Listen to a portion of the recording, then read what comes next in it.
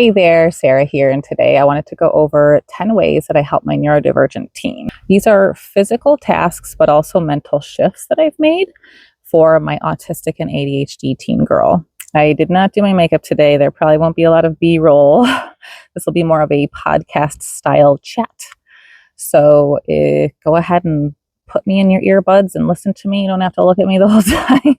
But I wanted to get this information out to you because I think it's helpful and I'm tired. So for each of these, I will explain what I do, but also why as it pertains to how it helps her neurodivergent brain. My goal for this video is that it's going to be helpful for you, maybe give you some suggestions or some ideas, and also be encouraging to know that you're not alone in these struggles because they are very difficult. This is an invisible struggle that we have to deal with each and every day. If you have neurodivergent kids, if you're neurodivergent yourself, everything is a lot harder than it is for everybody else. So you should be proud of the effort that you pour into your kids' lives. Even on days that you feel miserable, you're doing something that nobody else can do.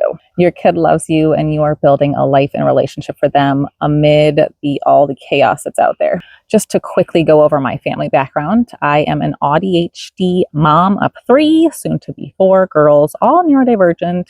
I have a 3-year-old, a 16-year-old, which is basically who this video is about. She helped me come up with these, and my 19-year-old. I have a wonderful husband who's also neurodivergent. He pitches in as much as he can. He supports us, and we're all late diagnosed. So we just kind of realized our neurodivergence within the last couple years. ADHD first, and then about a year later, autism. So I'm going to do the physical tasks first that I have done, and I still do. There are 6 of these in total. Number 1 is helping her with bigger life tasks.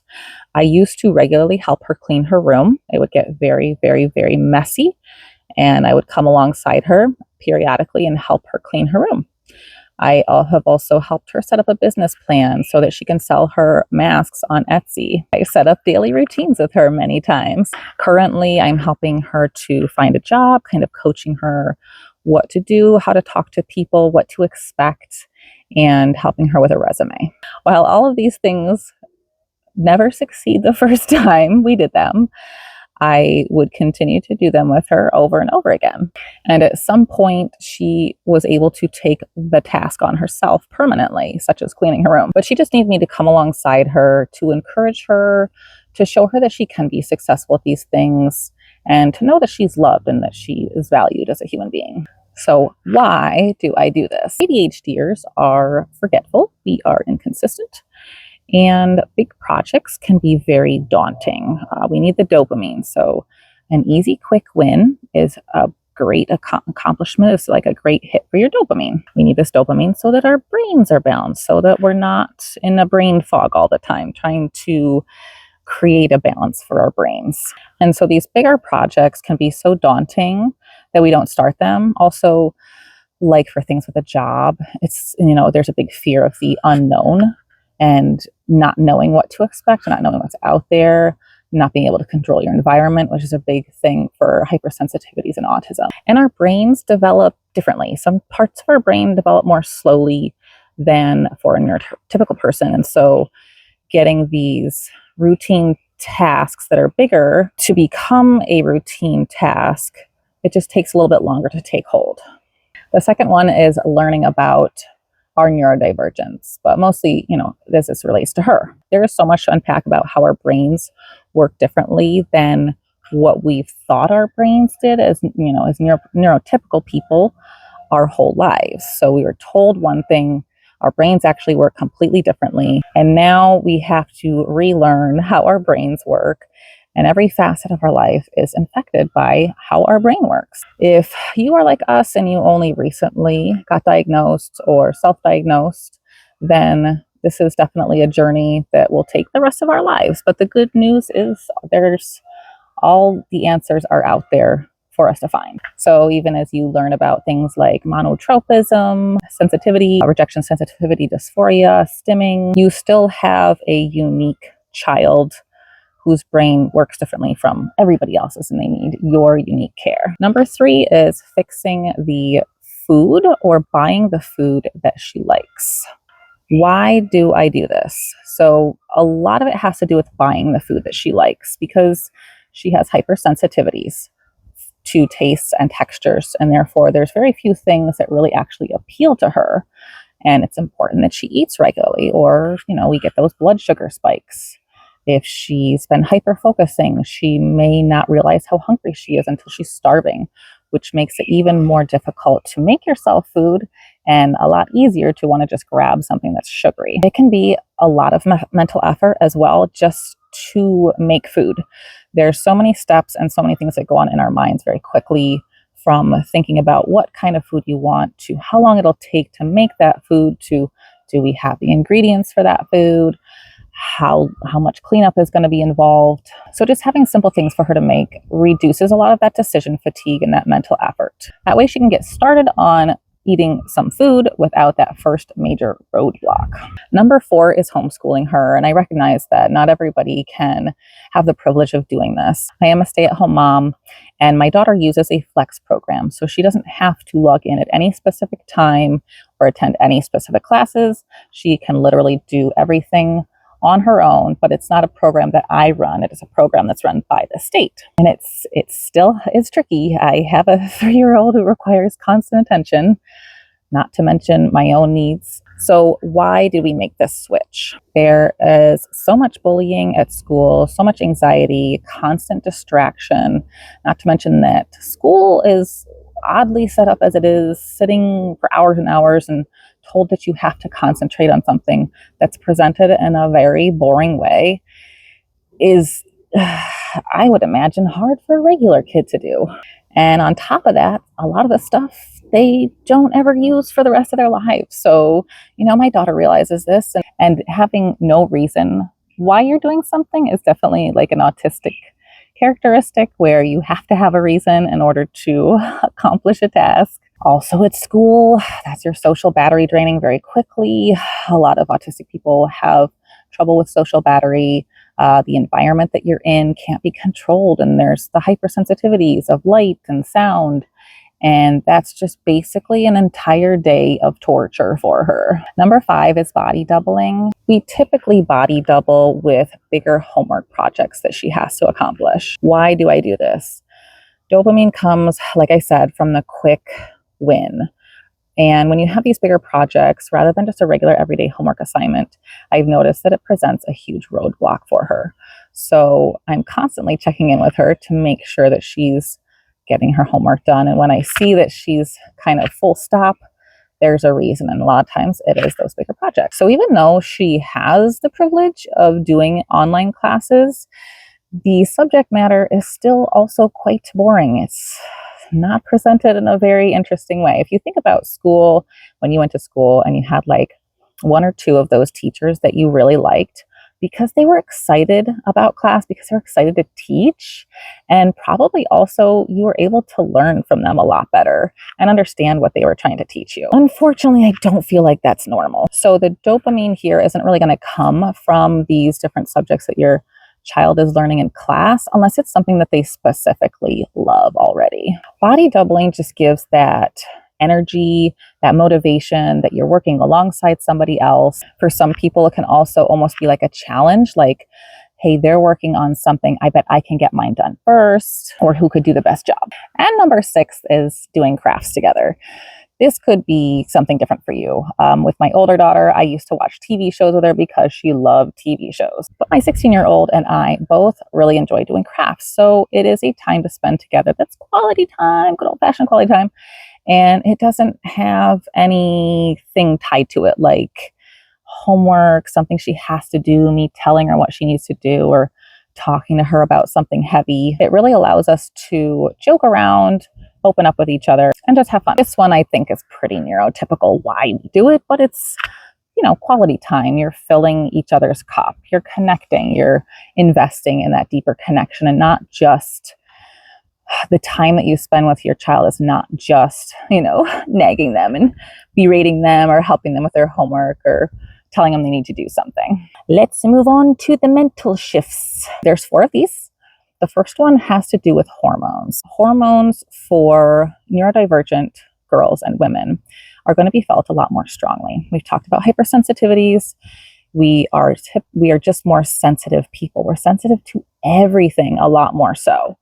And so our hormone fluctuations shouldn't be a big surprise that we can feel them so much stronger.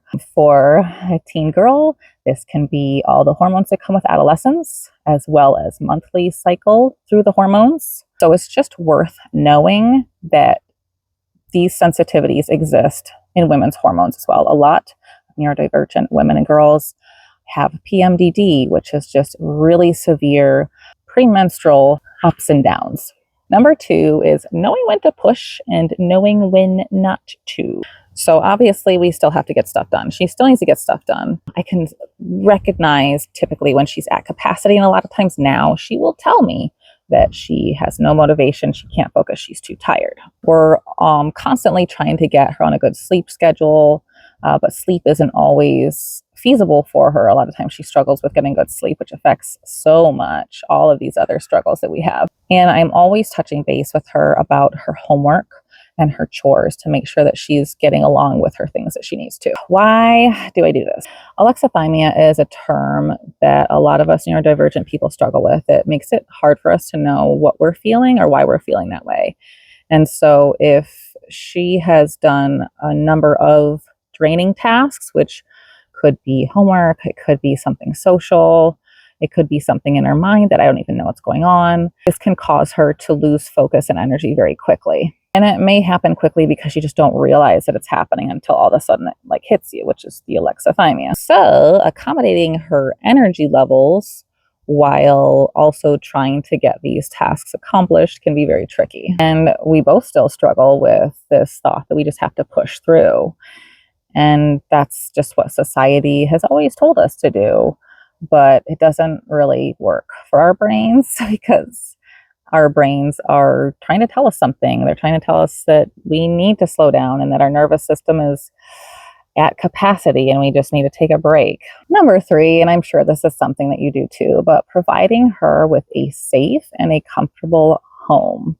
So essentially this has to do with the fact that she feels safe. We're not judging her. You know, I'm still her mom. I still discuss stuff with her that she needs to change or that she does incorrectly, that she should be doing a different way. But she knows that our home is a safe space to talk about things. I know this because she has said so, but also because she talks about those difficult things. And she also talks about good things like the special interests that she's into, something that may have annoyed her with a person or a group of people that she saw that day. I take these things very seriously, and it has enabled us to a really deep connection with one another. Why do we do this?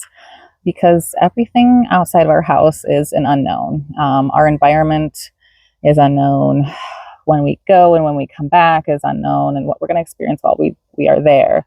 And a lot of times, those of us who have hypersensitivities, usually that's more of the autistic side of things, but ADHDers do too. These hypersensitivities are very draining, and so we take a lot of time to try to prevent them from happening. And these things can lead to things like meltdowns or quickly drained energy levels. So being able to come back home to a place that you know will welcome you, that has your comforts in it, where you can rest and relax and just not have to worry about anything is so important. And number 4 is to just expect that there's going to be ups and downs.